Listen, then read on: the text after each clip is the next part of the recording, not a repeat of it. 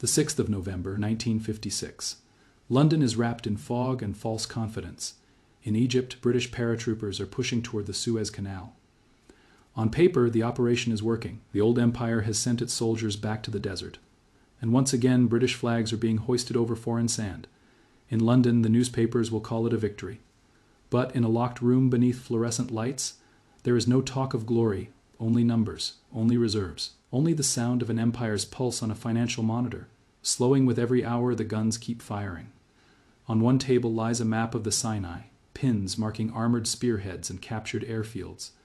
On another lies a spreadsheet from the Bank of England, red lines bleeding downward toward zero. Britain is winning the war it can see, and losing the war it cannot. Because while paratroopers are trading bullets with Egyptian soldiers, another enemy has joined the battle. It has no flag, no anthem, and no uniform. It lives in bond markets and central bank ledgers. Its name is the dollar. This is the story of how the British Empire, the empire that defied Napoleon and Hitler, was finally brought to its knees. Not by invaders on the beaches, not by revolution in the colonies, but by a phone call in Washington, and a decision on Wall Street to start selling the pound.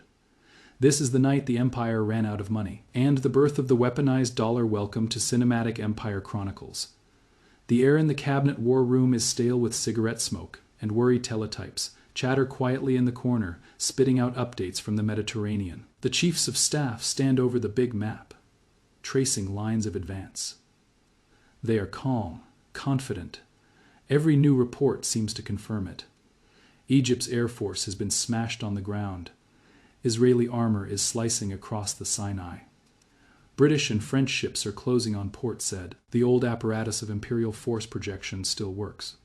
It looks like a replay of 19th century. Gunboat diplomacy upgraded with jets and paratroopers. The generals speak of bridgeheads and objectives. Then the Chancellor of the Exchequer unfolds his papers. The tone in the room shifts. The military map is full of arrows moving forward. The Treasury's map is a cliff edge, foreign exchange reserves, gold holdings, dollar balances at the Federal Reserve. Day by day, hour by hour, they are draining away. In the 1950s, the value of the British pound is not allowed to float. It is nailed to the dollar at a fixed rate, $2.80 to the pound. That number is not just an exchange rate. It is a symbol of continuity, of prestige, of the idea that Britain is still one of the two pillars of the world economy. But defending a fixed rate is like defending a besieged fortress. Every time someone in Zurich or New York decides they don't trust the pound and sells it, the Bank of England must step in and buy it back with dollars and gold. Every market order is a small cannon shot against the reserves. And tonight the shots are coming faster. The Chancellor explains it in the blunt language of accounting. At the current pace, Britain has only a few weeks of foreign currency left. Maybe less if the attack on sterling intensifies. Those reserves are not abstract. They are the money the country uses to buy oil, wheat, and raw materials from abroad. They are the oxygen tank that keeps a heavily import-dependent island alive. When the tank is empty, the empire suffocates. Around the table, the realization creeps in. They may be able to take the canal. They may be able to topple Egypt's leader. They may be able to prove that the British lion can still roar. But they cannot do any of that without foreign money. And the foreign money is fleeing. Britain, the empire on which the sun once never set, has a credit limit. The paradox of Suez sharpens into focus. On the sand, Britain is crushing its opponent. In the markets, Britain is the one being crushed. For a century, the Royal Navy could cut the trade routes of its enemies and starve them into submission. Now, the Bank of England is discovering what it feels like to be on the receiving end of a blockade. Not a blockade of ships, a blockade of dollars. Because while the cabinet argues about military moves, another meeting has already taken place. 3,500 miles away, in Washington, officials at the U.S. Treasury and the White House have quietly decided how this story will end. They will not support the pound. They will not stabilize the British currency. They will, if necessary, push it over the edge. They do not need to send a single soldier. They only need to do nothing. The most dangerous weapon in the room is not a bomber or a battleship. It is a decision not to answer the phone when London calls for help. And so the key question of the Suez Crisis is not military at all. How did the British state walk itself into a position where one ally with a few carefully timed moves in the financial system could bring its empire crashing down? To answer that, we have to rewind past the paratroopers, past the ultimatum, past the nationalization of the canal, back to the balance sheet Britain brought out of the Second World War, back to the fragile machinery of sterling and the glass floor beneath the empire. In the late 19th century, the city of London is the financial sun around which the world orbits. Ships leave Bombay, Buenos Aires, and Shanghai laden with cotton, grain, and tea. They return with British textiles, British machinery, and British loans to finance the next cycle. Sterling is more than a currency. It is a promise that money stored in London is safe, liquid, and powerful. The British Empire functions not just as a political entity, but as a vast capital recycling machine. Colonies ship raw materials to the center. The center ships finished goods and finance back out. Interest and dividends flow in like a constant tide. Then the two world wars hit that machine like sledgehammers. To fight Germany twice in a generation, Britain sells off the family silver. Railways in Latin America, mines in Africa, factories in North America. The foreign investments that once generated steady income are liquidated to buy guns, tanks, and food when the assets are gone. Britain turns to the next option, borrowing. By 1945, Britain emerges from the war victorious and exhausted. Its cities are damaged, its industries are worn, and instead of being the world's creditor, it is the world's largest debtor. The empire still covers a quarter of the earth on schoolroom maps, but in the quiet corridors of the treasury, officials know the truth. The imperial body is being kept alive by a fragile financial life support system. That system is the sterling area. Countries across the empire and the former empire, Fay from Malaya to Kuwait. Fay keep their reserves in London, denominated in pounds. They earn sterling through trade and deposit it in British banks. On paper, it is their money. In practice, Britain uses it. Those deposits give the British government a pool of cheap capital. It can tap this pool to pay for imports and military commitments, far beyond what its own economy could sustain. The empire is, in a very real sense, lending Britain the money to run the empire. It is a neat trick, but beneath the elegance is a hidden danger. If enough of those countries ever lose confidence in sterling and demand their reserves back in dollars, the entire edifice collapses. This is the glass floor. Britain can walk across it. It can even dance on it. But if a crack appears, there is nothing beneath but empty air. Layered on top of this is the new post-war monetary order, Bretton Woods. Under Bretton Woods, most major currencies are pegged to the US dollar. The dollar, in turn, is pegged to gold. The United States holds the lion's share of the world's gold reserves. Its economy is booming, intact, and expanding. Britain is given a privileged position in this hierarchy. Sterling remains a reserve currency, second only to the dollar. The pound is fixed at that proud rate of $2.80, but this prestige hides weakness. To defend that fixed rate, the Bank of England must be able to buy pounds and sell dollars whenever markets become nervous. It is like promising the world that anyone who wants to leave a sinking ship can step into lifeboats, even when you only have a handful of boats left. Every foreign policy decision, every big spending program, every overseas deployment is now filtered through a single question. Will this scare the markets? Prime ministers go to bed thinking about the pound. Chancellors wake up thinking about reserves. Officials watch charts of gold and dollar holdings the way doctors watch heart monitors. They know that if sterling ever breaks, the sterling area countries will scramble to convert their pounds into dollars. The glass floor will shatter, and the empire will fall not with enemy troops in London, but with panicked central bankers in Ghana, Malaya, and Kuwait hitting the sell button. That is the financial background. Then there is the physical one, shaped like a narrow blue line on the map, the Suez Canal. By the 1950s, 2/3 of Britain's oil moves through this artificial corridor between the Mediterranean and the Red Sea. Tankers bringing crude from the Persian Gulf shave thousands of miles off their journey by cutting through Egypt rather than circling Africa. Oil means heat in British homes, power in British factories, fuel in British ships and aircraft, and the canal is the artery that brings that oil to the heart of the system. If someone squeezes that artery, the British economy doesn't just slow down, it seizes. So when an Egyptian colonel turned president named Gamal Abdel Nasser stands up in Alexandria in 1956 and announces that he is nationalizing the Suez Canal Company, Britain does not hear merely a speech. It hears a hand closing around its economic throat. For Anthony Eden, the British Prime Minister, the canal is more than an economic asset. It is a symbol of status. It is proof that Britain still controls vital passages of global trade. He has lived through the humiliation of watching dictators appeased in the 1930s. He has vowed never to repeat that mistake. His mental world is one of tanks and treaties, of bold stands and red lines. But beneath his rhetoric, the true battlefield of his time has shifted. Power runs not just through troop deployments, but through central bank reserves and trade balances. The empire's swords are now double-edged spreadsheets. Eden does not see the crack forming in the glass floor beneath him. And when Nasser takes the canal, Eden prepares to step onto that floor with both feet. When Nasser nationalizes the Suez Canal Company, he does more than seize a piece of infrastructure. He challenges the basic deal of the old imperial order. For decades, a private corporation dominated by British and French interests has controlled this Egyptian strip of water, skimming tolls from ships that pass through. The profits flow north to Europe. The risks stay south. Nasser turns that logic upside down. He declares that Egypt will use those tolls to build its own future: dams, power stations, modernization. He frames it not as theft, but as repossession. In London, Anthony Eden hears something different.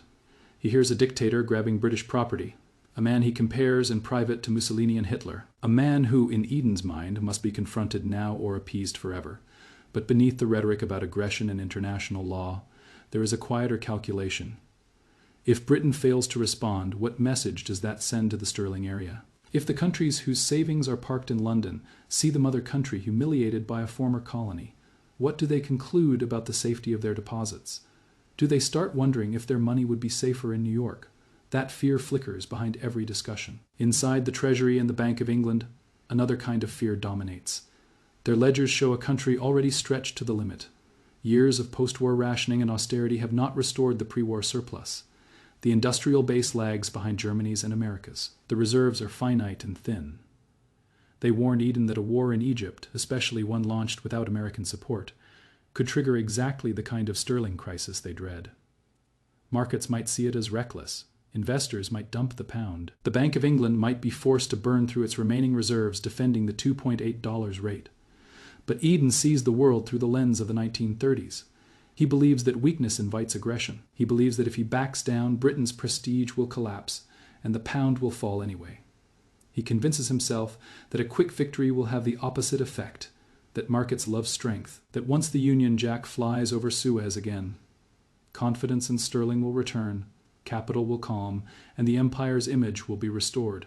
He is about to discover that markets do not care about flags. They care about flows. The tension between Eden and his financial advisors becomes sharper as the crisis escalates. They show him numbers. He sees ghosts. Nasser is not just a nationalist leader in Eden's mind. He is the new fascist, the man who must be stopped to avoid a chain reaction of crises from Cairo to Baghdad. The Prime Minister's personal trauma fuses with national strategy. He is no longer choosing between different policy tools. He is fighting the last war again with the wrong weapon. But he also knows that Britain cannot simply march into Egypt like it did in the 19th century. The world has changed. There is the United Nations. There is world opinion. There is the Cold War and the Soviet Union watching for chances to exploit Western hypocrisy. And there is the United States, officially. Washington has warned London not to use force. President Eisenhower wants stability in the Middle East, not a colonial adventure that could push Arab states toward Moscow. He is also facing an election. The last thing he needs is headlines about an imperial war he didn't approve. Eden hears the words. He does not believe them.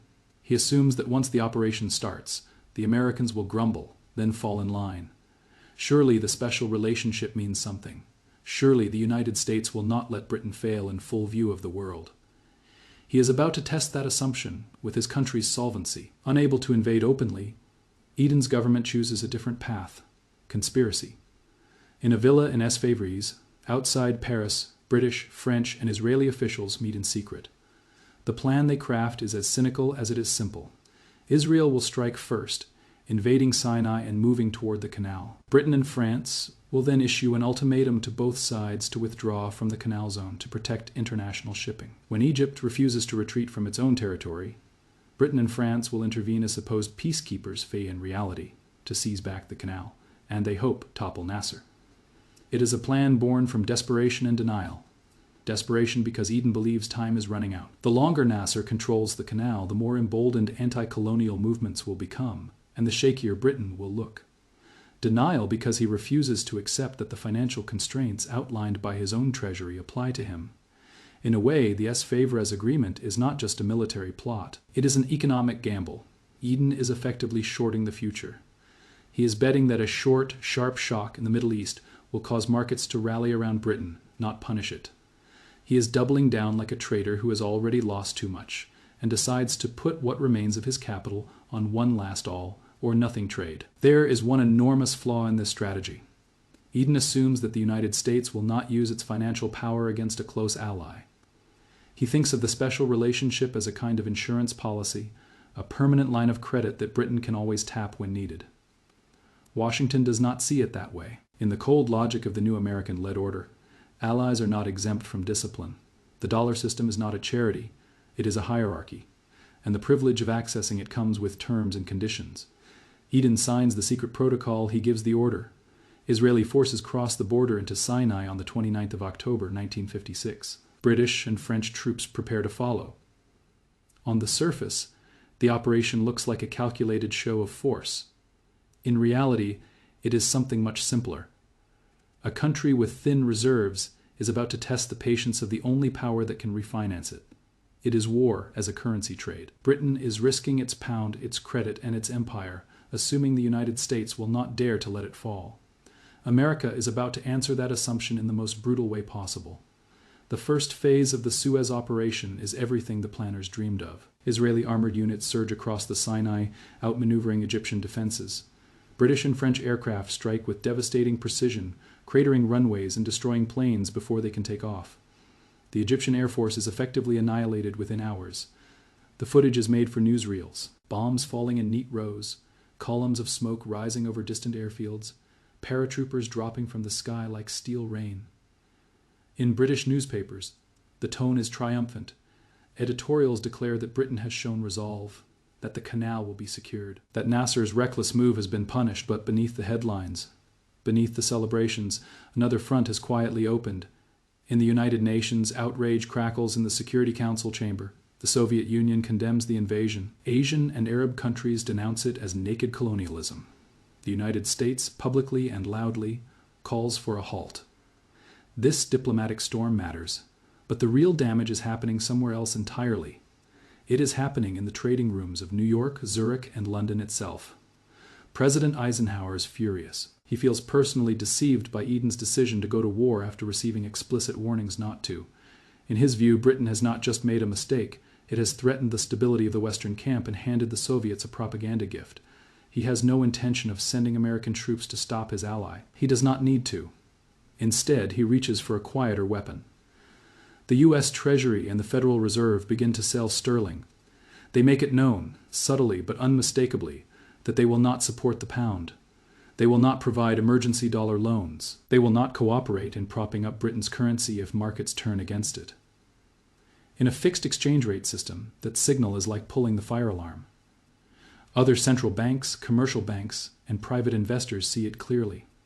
If Washington does not stand behind sterling, then sterling is a risk. And in a hierarchy where the dollar sits on a mountain of gold and Britain balances on a glass floor, risk is something you sell, so they sell. Pounds are dumped for dollars. Sterling balances are shifted out of London. In the sterling area, governments quietly begin asking whether they should diversify their reserves. The exact numbers take time to filter through, but the direction is obvious. Everyone wants out of sterling before the music stops. Under the rules of Bretton Woods, the Bank of England has only one option. It must defend the $2.8 rate. Every time someone sells pounds on the market, the bank must buy them, paying in dollars or gold. It is like trying to hold back a tide with cups. Each intervention drains the reserves. Day by day, hour by hour, Britain is burning through the dollars it needs to buy food and fuel. At the same time, another piece of the weaponized dollar strategy falls into place. Britain turns to the International Monetary Fund, the lender of last resort it helped design after the war. In theory, the IMF is neutral. Members can draw on their quotas in times of need. Britain has a large quota, but Washington quietly makes its wishes felt. When British officials request an emergency drawing to stabilize the pound, they are met with delays, questions, and conditions. The United States ensures that any significant aid is frozen until London agrees to stop its operation in Egypt. Money has become leverage in its purest form. While this invisible artillery is pounding Britain's finances, Nasser plays his own card on the physical battlefield. He orders ships sunk in the Suez Canal, blocking it with submerged wrecks. The waterway becomes a graveyard of hulls and twisted steel. Oil tankers cannot pass. Suddenly, the lifeline that carried 2/3 of Britain's oil is cut. Tankers must now sail around the Cape of Good Hope, adding thousands of miles and weeks of delay to each journey. The extra cost and time put even more pressure on an already strained balance of payments. At home, the effects begin to seep into daily life. The government announces petrol rationing. Motorists receive coupons. Queues form at filling stations. People begin to think twice before driving. Factories that rely on oil for heating or power worry about shutdowns. On the surface, Britain is winning. Its soldiers are advancing. Its planes dominate the skies. Its fleet controls the seas. But beneath the surface, another story is unfolding. Every day the operation continues, Britain's reserves fall. Every bombing raid over Egypt is mirrored by a bombing raid on the pound. The cabinet receives 2 sets of reports. One from the generals is full of success. Objectives achieved, losses minimal, morale high. The other, from the Treasury and the Bank of England, is full of alarm. Reserves falling, market sentiment souring. Rumors that sterling area countries are considering moving into dollars. The Suez adventure was meant to be a show of strength. Instead, it has revealed the fragility at the core of the British state. And then, the breaking point arrives. By the first week of November, the myth of infinite British credit is dead inside the Bank of England. The only question is how long the corpse can be kept standing. Internal projections show reserves sliding toward the point of no return. If the bank continues to sell dollars and gold to defend the $2.8 peg, they will hit a level at which markets will smell blood. When that happens, speculation will intensify. The pound will become a target, not just a currency. Officials know what follows that: panic, forced devaluation, the disintegration of the sterling area as countries rush to convert their holdings into safer assets, a trade shock that could starve Britain of food and fuel. They bring these figures to the cabinet. The scene could be lifted from a political thriller. The Prime Minister, pale and exhausted, sits at the head of the table. Generals and admirals present maps showing British forces closing in on full control of the Canal Zone. They argue that any pause now will squander hard-won momentum, that prestige demands seeing the operation through. Then the Chancellor of the Exchequer speaks. He does not talk about artillery or troop morale. He talks about wheat imports, oil stocks, foreign currency reserves. He explains in measured tones that the country has days, not months, before it runs out of the dollars needed to sustain its fixed exchange rate and pay for essential goods. He presents the choice in simple, brutal terms. Britain can keep fighting for the canal, or Britain can keep its currency. It cannot do both. Some ministers recoil. They argue that retreat will destroy Britain's reputation, that allies and enemies alike will see weakness and adjust their calculations. Others point out that defaulting on obligations and plunging into a sterling crisis would do far more damage than a tactical withdrawal. For generations, British leaders believed that willpower could bend events to their narrative. At Suez, they collide with a different force: arithmetic. Meanwhile, on the other side of the Atlantic, the United States tightens the screws. Washington makes clear that no IMF assistance will be forthcoming while British troops remain in Egypt. American officials float the possibility of selling British government bonds, a move that would crush their prices and deepen the crisis. In private, U.S. policymakers know they hold all the cards. Britain needs dollars. The United States controls the spigots through which dollars flow. The special relationship now looks like what it truly is: a credit relationship. The cabinet in London breaks. The arguments, the maps, the pride fey, they all crumble in front of the numbers.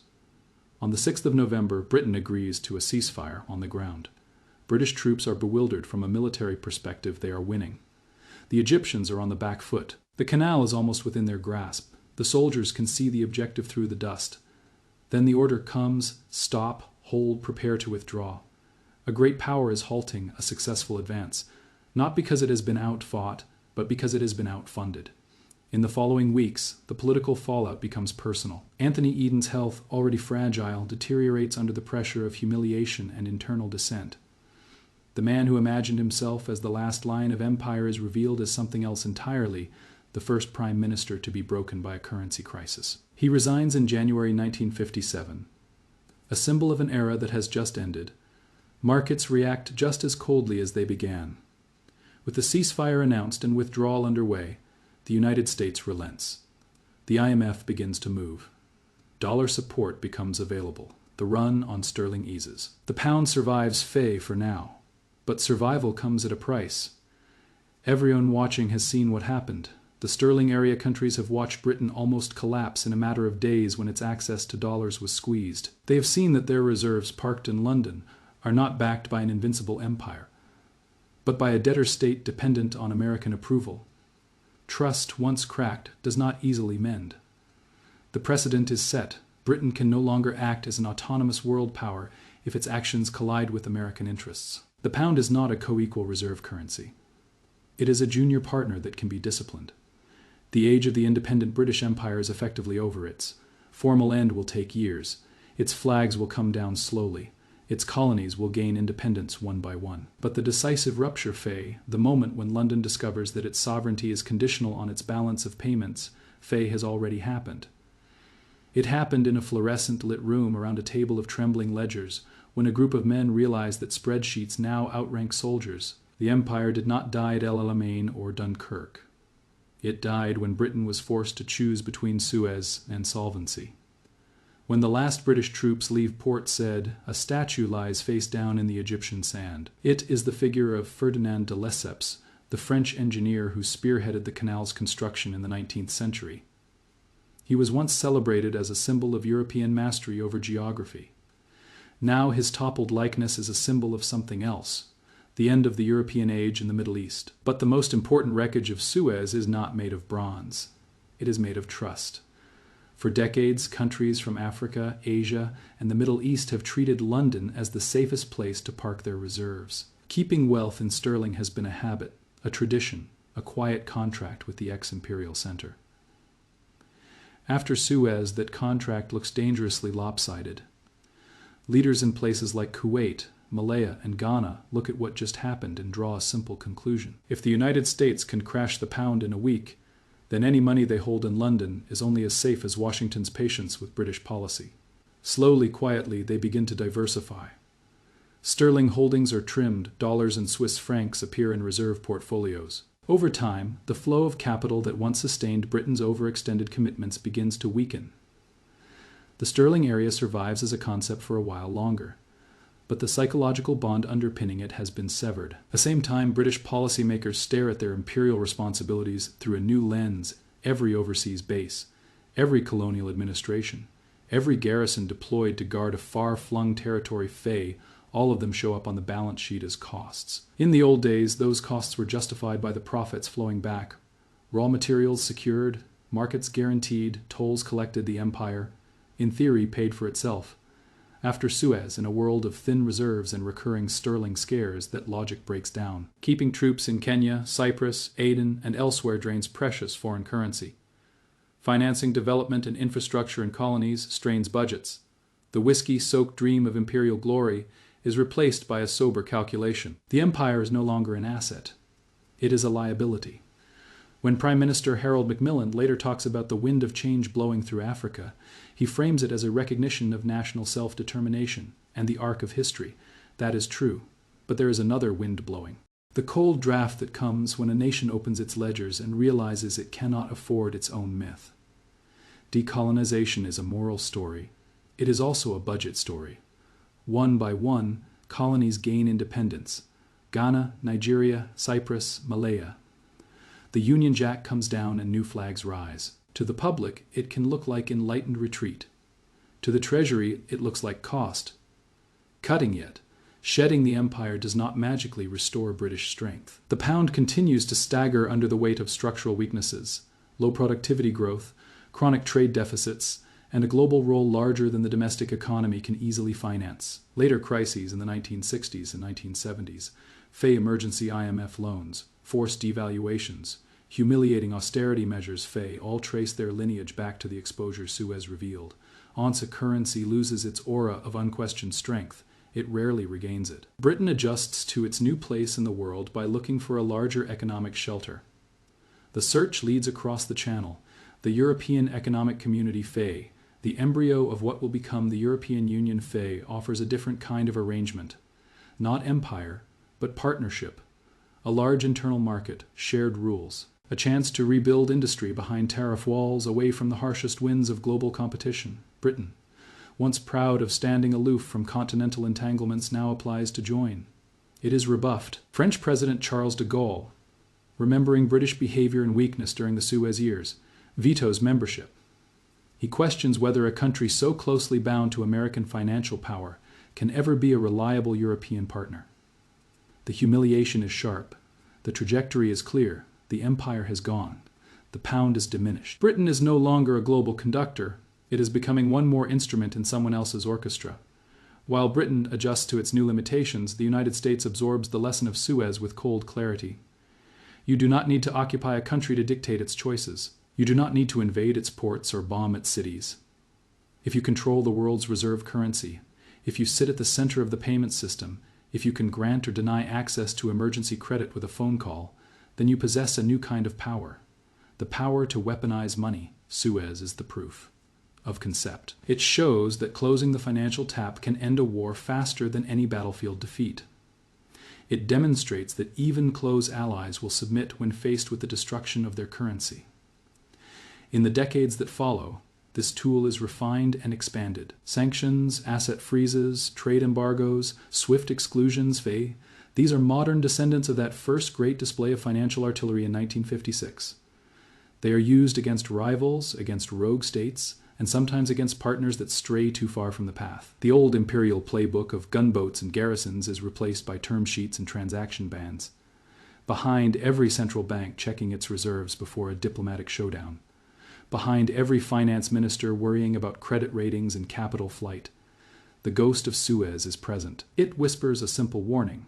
In an age where your imports are priced in someone else's currency, where your banks clear through someone else's system, and where your crises are solved with someone else's loans, your sovereignty is not absolute. It is conditional. The British Empire discovered that the hard way. It did not end in a final charge or a heroic last stand. It ended in a series of humiliating signatures on a ceasefire, on an IMF application, on decolonization papers, on membership forms to economic clubs it once scorned. It ended when the arithmetic stopped working. The flags came down gradually, the nostalgia lingered. The stories of glory lived on in schoolbooks and films, but on a deeper level, the empire's fate was sealed the moment its money could be turned against it. The sword was mighty. The dollar was almighty. And in the quiet rooms where reserves are counted and decisions are made, that hierarchy still holds. Because in the modern world, the true measure of an empire is not just how many ships it sails or how many bases it owns. It is how many countries are afraid of what will happen if they are cut off from its currency. Britain once ruled the waves. The United States learned to rule the flows. The story of Suez is the story of that handover. It is the story of how the balance of an empire finally reached zero.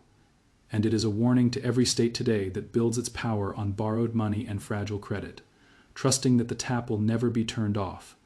Thank you for watching. Subscribe to Cinematic Empire Chronicles to stay ahead of the stories shaping our world.